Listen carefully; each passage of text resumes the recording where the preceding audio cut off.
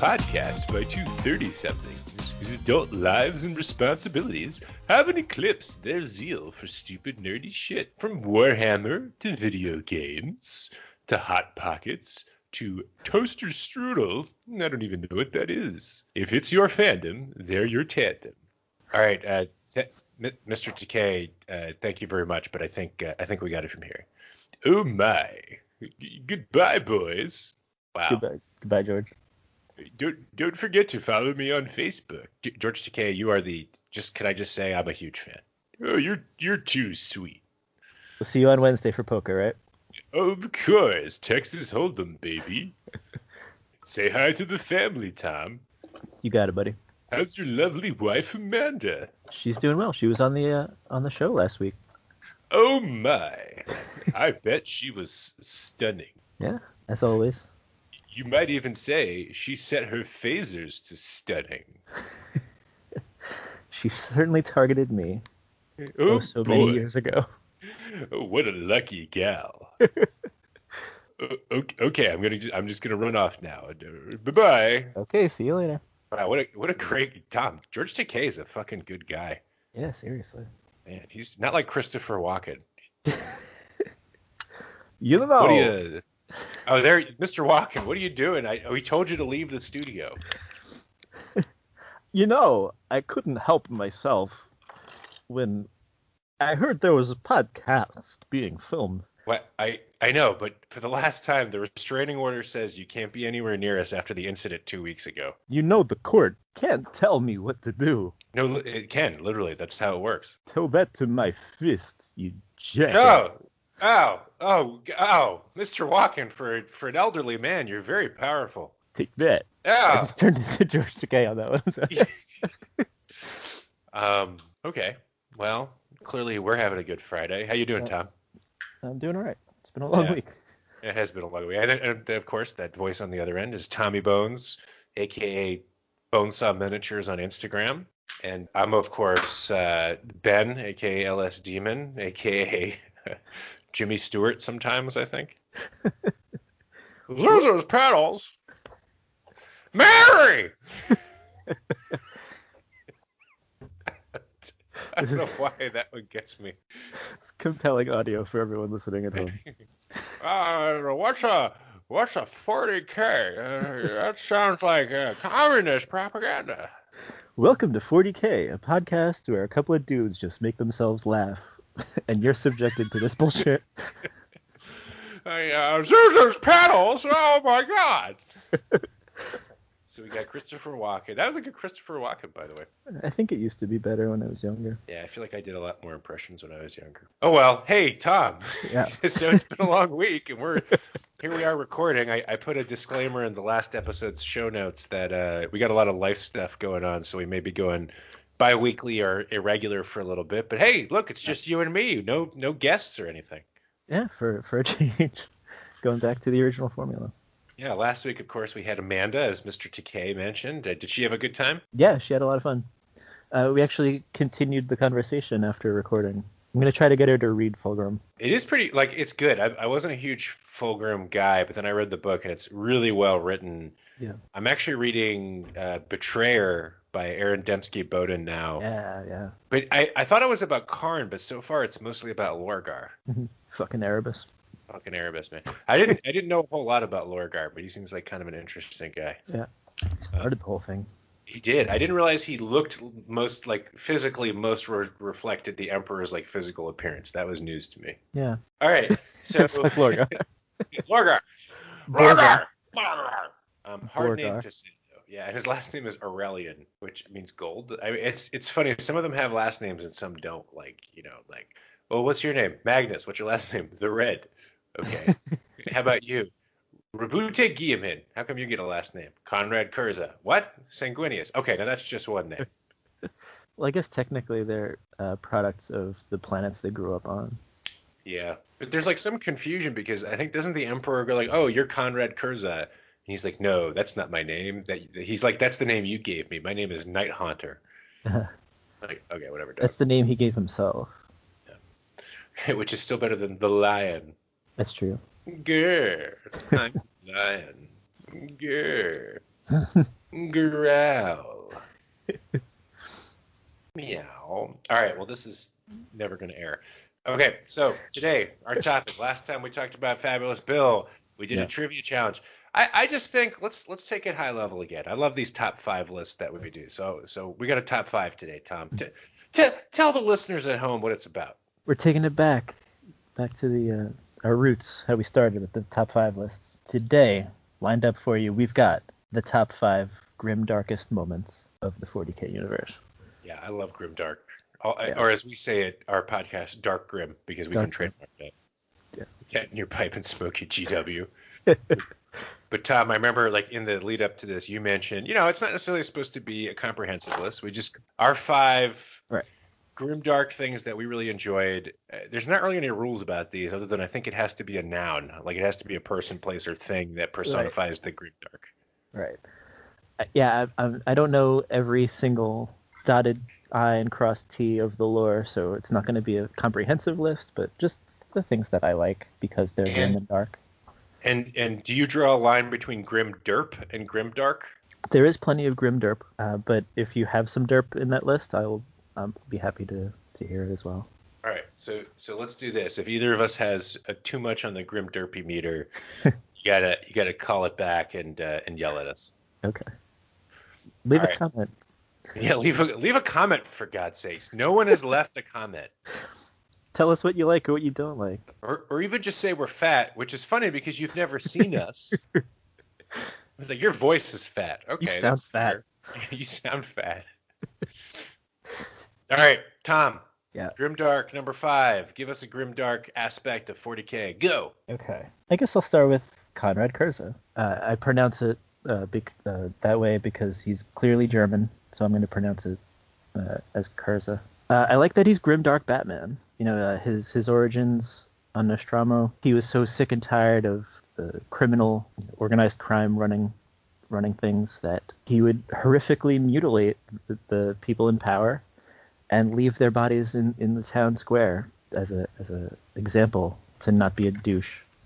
But he wouldn't touch the face so that you absolutely knew who it was, and you knew why they were tortured and flayed and just horrifically mangled. That's a pretty good one. I mean, he is really fucking creepy. Yeah. Didn't he have like his audience chamber was just people that were like preserved so that their faces were like underneath the floor? That sounds about right. That's actually at the Grim Derp, I think. We're going into derp. Because like you can't keep people alive that way. Like I just don't fucking buy it. So I think he started out super grimdark. There are some aspects of the writing which just goes into a little bit of the derp territory. But overall, yeah, I think it's a great pick, Tom. He's a very dark guy. I think specifically his origins on Nostromo when he was the Night Haunter. Yeah, that's super, super interesting and compelling and unique, I think. Yeah, I loved that about him. Because he thought he was doing a good job. He was that chaotic good? Just such a warped sense of justice and order, law. But I like that. And I mean, he makes sense in his like background, and he ties it in, and then there's a lot of like philosophical musings about can you control people by fear or not or whatever. Yeah, I think he's very grimdark. Mm-hmm. If his last name wasn't Kurza, it could be Grimdark. Konrad Grimdark. All right, you ready for my number 5? Do it. Gene Stealer cults. Okay. And I have a couple of reasons why. First of all, like they somehow managed to get the Shadow over Innsmouth, the Lovecraft story about tainted fish people many generations removed from ancient evil beings into 40K pretty seamlessly. Mm-hmm. For those that don't know, basically a Gene Stealer is a type of Tyrannid, which its intent is to be kind of the vanguard of the fleet, like dozens or even hundreds of years before the fleet gets there. A Gene Stealer will come to the planet and kind of implant its DNA into the locals so that the subsequent generations that are produced from the infected locals are increasingly more reflective of their Gene Stealer parentage. So like the first generation might be bald, the next generation might have scaly skin, and then after that they might have a third arm, that kind of thing. Right. Along with this, they have this kind of shared hive mind, and over time become obsessed with a cult worshiping some kind of star god that is going to come back. Not knowing, and here's the part that's really dark to me, that really their whole purpose is to just weaken a planet by like creating insurrections and rebellion and fighting, so that when the Tyranids do come, it's that much easier to just consume the entire planet, including the cult that was paving the way for them. All biomass. So they think like, oh, the star gods, aka the Tyranids, are going to come and save us, but really they're just going to eat them, and they're just deluded into believing that there's some kind of, better future. Although, one could argue maybe being part of the Tyranid biomass collective is some kind of apotheosis. I don't think it is. That's true. Also, they have mining tools because, they're like local miners and shit. So Gene Stealers, pretty fucking dark. They're sowing the seeds of their own demise, and they're fucking like Xenomorphs meet Lovecraft meet Warhammer. Also, something about the Tyranids I just found out, because I don't know terribly much about the Tyranids. They're actually drawn to the Milky Way because of the Astronomicon.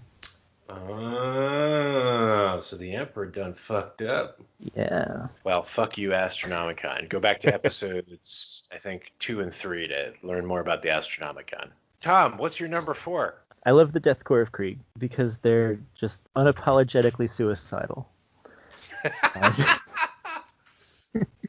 The whole thing with Krieg, 1,000 years ago, there was an uprising against the Imperium, and they came so close to getting exterminatus, but the insurrection was put down, and, what few survivors were left were like, we're so sorry.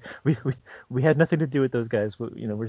So they basically spent their entire existence afterwards trying to repent for what their ancestors have done. But I think that the planet was like nuclear bombed, so it's like a nuclear fallout wasteland where everyone has to wear these like radiation masks, and they die horrifically young. So they're the Death Corps soldiers. They're just like so ready to just throw themselves into battle and sacrifice their lives to prove their loyalty to the Emperor, that their own lives have no value. And I think that's super cool.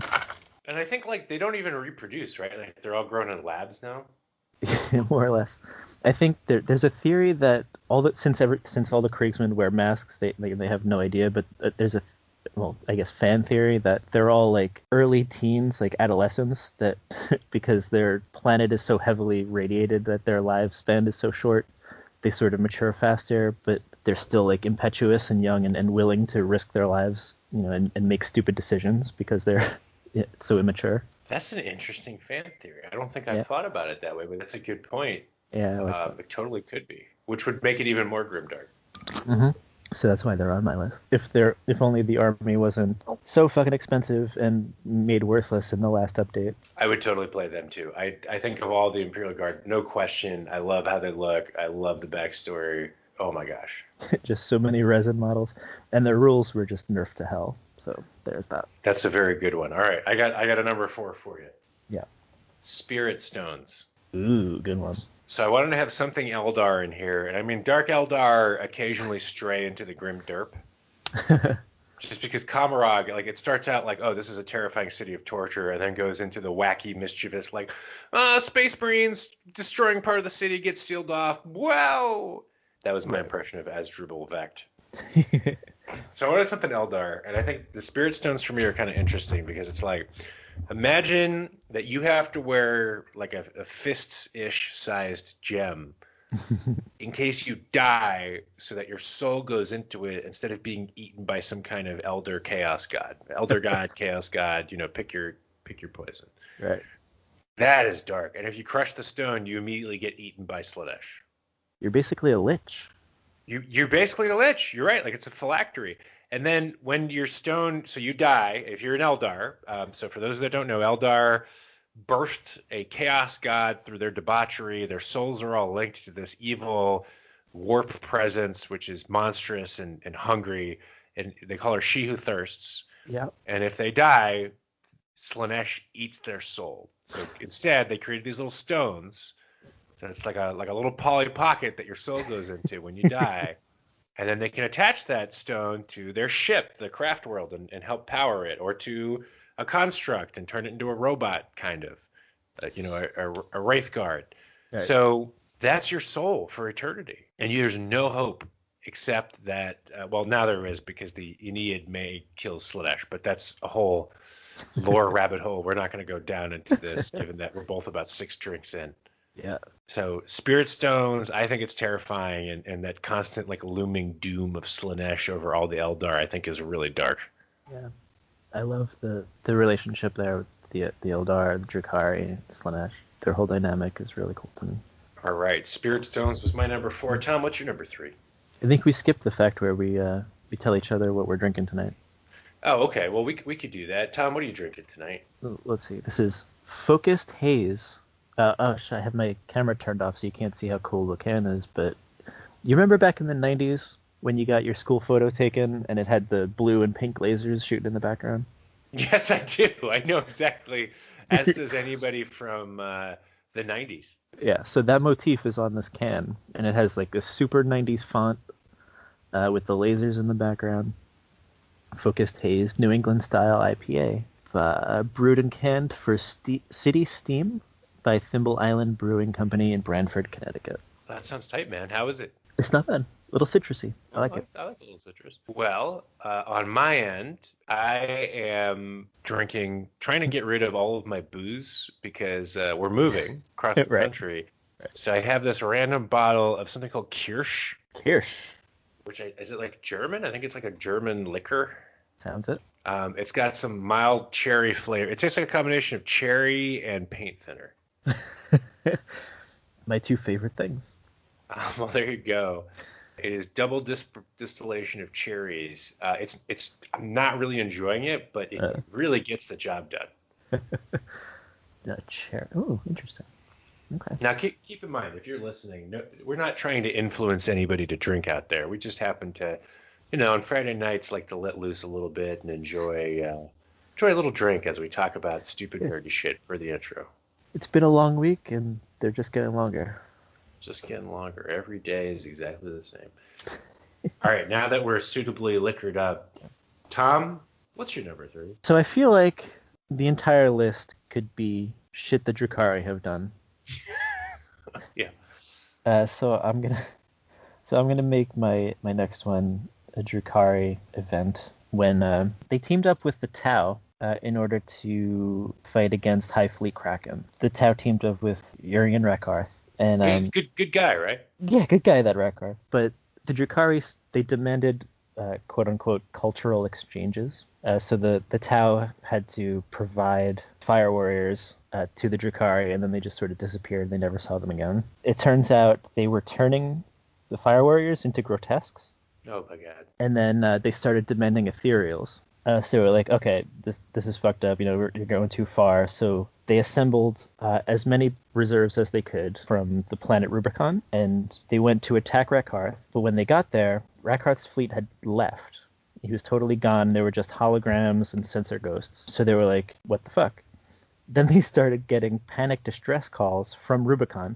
So the Drukhari had led them away. All the fire warriors led them away from Rubicon so that they could attack the defenseless planet and take as many slaves as they wanted.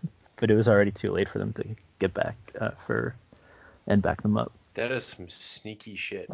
All they could do was listen to the terrified screams. And that's why I don't think the Tau are on the same level as any of the other. Notice I'm not going to have anything Tau on mine because the Tau are not grimdark.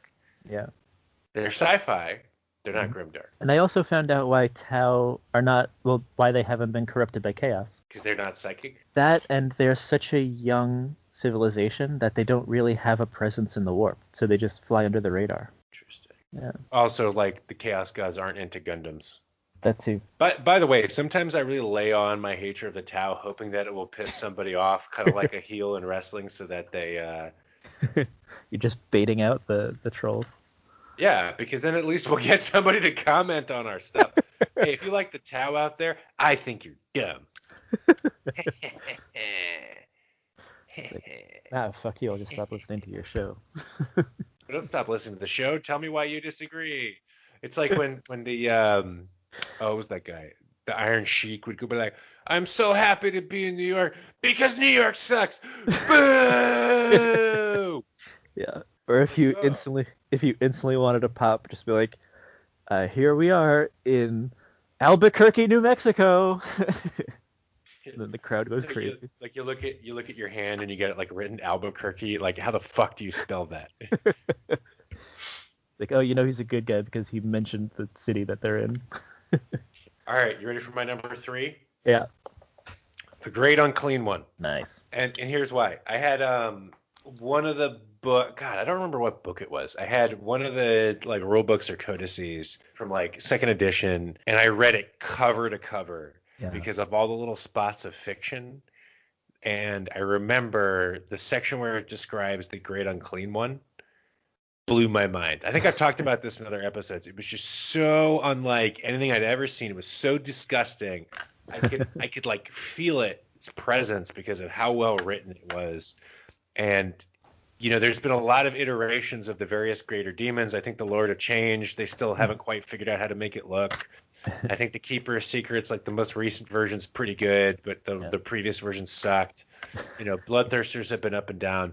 The Great Unclean One has always been fucking terrifying. Do we need to say anything else about that? No, I think you got it. Nurgle's rot. He looks like he's covered in pustulous boils and infections. Yeah, there was a scene I was reading. I think it was on Reddit. Somebody had copied and pasted a passage from some book where Typhus, the Herald of Nurgle, like witnesses a guy get super duper quote blessed by Nurgle quote, and it's just so gross. It's over the top and kind of stupid. That's a grim derp territory for me. But just the greater demon of Nurgle, so cool and so scary and so dark and grim. I like that you used Typhus's full title, Herald of Nurgle. Well, I wasn't sure if they would know who I was talking. I don't know his last name. He's only got one name. It's not Typhus? Like Typhus Curza. Typhus corrosion. Typhus diarrhea. That's a Citadel paint joke. Yeah. Oh, is that a color? Typhus corrosion. It's one of the technicals. Oh my god. Good for adding texture. Yeah. Man, that was a great joke, Tom. You out nerded me. Yeah. All right. That was my number 3. What's your number 2? Going to number 2. So this is the one I was talking about before we started recording. It's commonly heralded as the most grimdark thing in the universe. I put it at number 2 just because I think number 1 is a little bit more. But for number 2, I'm going with the Dimunculaba. Now that, wow, that's pretty fucked up. Yeah, it's a super fucked up thing. I think it's the Iron Warriors is how they regenerated their numbers.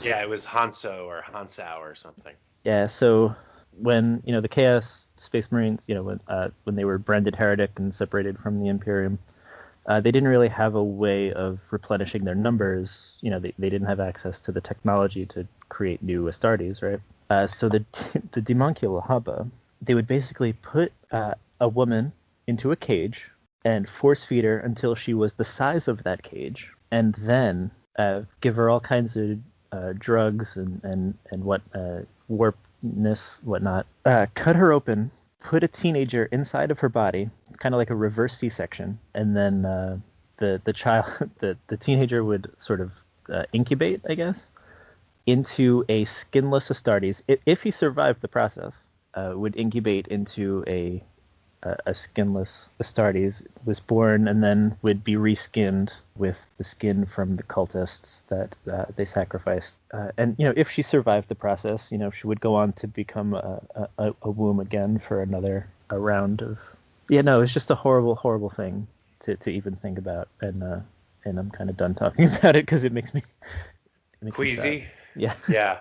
We'll have to put a parental warning on this one, but like you're not wrong. Like I think people pretty widely who have read that accept that it's pretty fucked up. Yeah, it is universally accepted as being terrible. So yeah, that's pretty dark and grim. Anything to add on the Dimunculaba? Only that I have no idea what the person who created that was smoking when they created it. Seriously. Anyway. All right. My number 2 is actually, it's going to be a little less horrific, but still pretty grimdark. Warp travel. So we did a episode, actually 2 episodes, roughly talking about this. But here in Warhammer 40,000, if you are a human, and I don't know if this is true of Tau, I know it's not true of Necrons, and it's not really true of Eldar, but at least humans and orcs, if you want to get somewhere faster than light, you have to go through hell, basically. Yeah. There is a movie where that is the plot. And it is a really fucking scary movie. It's called Event Horizon. It's really good. It's from the 90s. Some of the graphics are a little dated, but that's the whole point of the movie. So basically, if like somebody from Warhammer 40K universe was watching that movie, they'd be like, yeah, what's the problem? They didn't turn their Geller field on.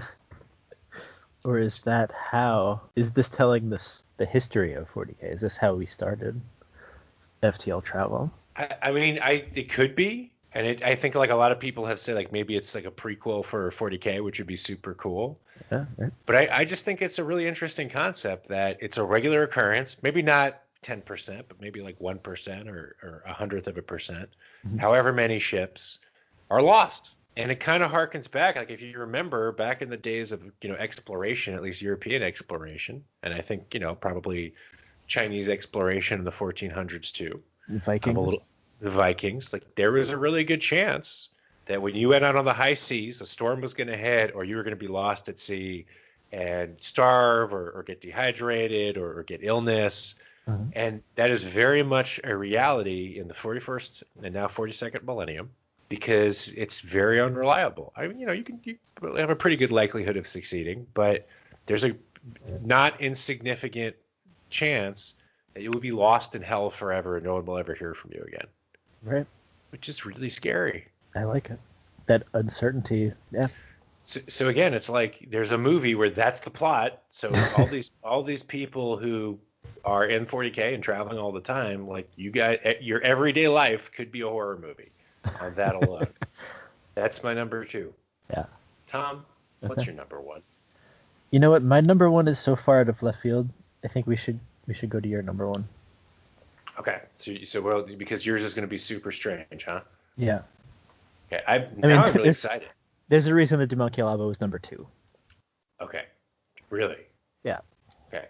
Well, I'll do my number 1 then, and it is very simply put, corpse starch. In 40K, not only is it not that weird that you recycle human bodies and eat them, it is the primary ration in many sources of literature about 40K that a typical Imperial soldier will eat. So you remember, again, there was a movie called Soylent Green where the plot, spoilers if you haven't seen this movie from I think the early 70s, is that it's a dystopian future that's they produce this food which is like supposed to be from soy and lentils called Soylent Green. It's actually people. And it's shocking. Again, if you were in 40K, they'd be like, yeah, we know. It's people! Dude, it's called corpse starch.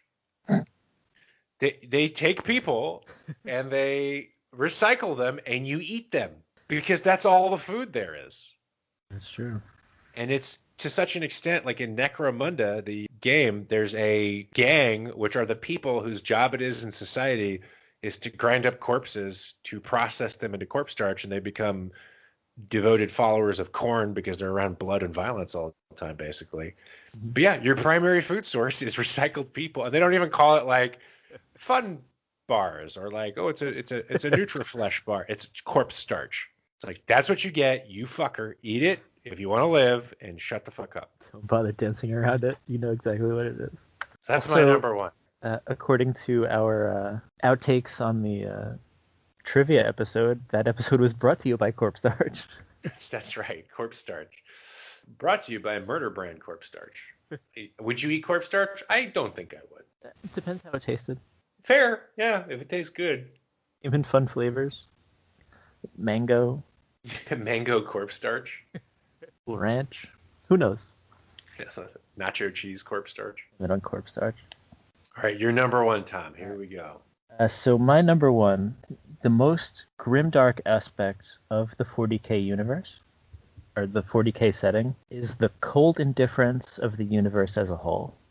So think about everything that's taken place over the past 10,000 years. Mankind struggled to unite the Milky Way. All of the battles, all of the lives lost, all of the torture and the pain and the strife, and this is just taking place in the Milky Way galaxy, one galaxy among countless galaxies in the universe, and how 10,000 years of history of all of this is just a blink of an eye when you take the grand scope of existence as a whole, and how inevitably none of it matters.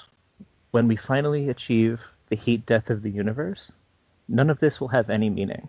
That's the most grimdark thing, I think. That's pretty powerful. Yeah. It is interesting, I think, that, they have this whole universe, and a lot of the sci-fi universes out there are like, oh, yeah, we're in the alpha quadrant of the universe and all this other stuff. And we are just in the Milky Way galaxy. Yeah. And by the way, the alpha, that was a very shorthand for Star Trek. They have some impossibly long distances that they travel, I think. I'm not positive. Star Wars, it feels like they're all over the place. I don't know. But 40K is very specifically just in the Milky Way galaxy, which is our galaxy. And there are countless galaxies in existence in the universe. Trillions of galaxies. Yeah. So this small region of space on such a small time frame is just so insignificant in the grand scheme of everything. And I mean, isn't that in the opening line too, in the cold indifference of laughing gods or something? Isn't that paragraph that leads to the grim darkness? There is only war. Yeah. Wow. Just the fact that none of it has any true meaning. Well, I'm a little depressed now. And that's exactly what I was going for. I mean, I think that's a good place to wrap it, man. Wait, let me ask just one more question. One more question. There's no doubt that this is a depressing universe, and when I articulate this to other people, they're always like, well, that seems really dark and grim. Like, that seems depressing. Why do we love it so much? Grim. It seems very dark grim. Yeah, why do you like that? It's so dark and grim. Dark grim. Why do we love it? You're asking me why we love it? Yeah, why do you love it? What is it about the grimdark that attracts you so? I don't know. The sheer hopelessness it gives me hope that my life's not so shitty, because it could possibly, it could be worse. If this were true and there were civilians living in this setting, I hit the fucking lottery. It's a good point. Like, I reflect a lot on why I love horror so much, because Gabrielle hates horror. And a lot of people are like, why do you like horror so much? Are you messed up? What's wrong with you? And it's because the real world is so much worse. Yeah. Like, what would you rather believe, that all of the terrible things, and I don't even go through them, but like there's terrible things that happen to good people, to children, to innocent people. Wouldn't it be great if you didn't have to worry about that, and the big problem was that there was some haunted house or demonic entity that you basically, like, wouldn't it be great if all you had to worry about was like scary monsters and not other people and famine and disaster? And I think, like you, when I look at 40K, my imagination is running overtime trying to imagine how would people survive in that context in a way where I don't think about the real world. And that's why it's such a great escape. Mm-hmm. Now with that, mash that like and subscribe button, and for God's sake, somebody comment or leave us a rating, or even if it's a shit rating, just leave us a rating. Tell us we suck. Send us a comment. Tell us what you want to hear about. We'll be doing more episodes. And again, I'm moving cross country. Tom's got some shit, including a new child on the way, so we might be a little busy here and there, but we'll still keep producing. Tom, any other fun catchphrases we want to throw at the audience? Corpse starch, now with extra starch. Extra corpse. Now with double the bones. Oh, Mr. Takei, you're back. Of course I'm back. I love corpse starch. What is that fucker George Takei doing on my podcast? God. No. Who let Walken in here? You get the hell out of my podcast, you son of a bitch. Ever since that one time I knocked away your advances, you've been bitter. It was just bad timing. I didn't mean that I was not interested. I was just coming out of a long-term thing. Well, I mean, I've been with Brad. It's not my fault. I don't know where to go from here. Christopher, let's just, or Chris, I guess we're friends. Let's just bury the hatchet and help shield this podcast for these two nice young men. Oh, Tom, did you hear that? He thinks we're young. I mean, I guess in comparison, we're young, right? What is that supposed to mean? Nothing, Mr. Takei. You look. You son of a bitch. Ow, God, now Christopher Walken and George Takei are beating us. Ow. You're going to fabulous Puerto Vallarta. Scruff McGruff, Chicago, Illinois, 60652. Help me take a bite out of crime. Socket. Good fight and good night. Transmitido en español and sap. Did we already do the Puerto Vallarta, Mexico? I think so. Well, I have nothing else to say and important things. Where's my car? Get me out of here. I'll walk home. And see.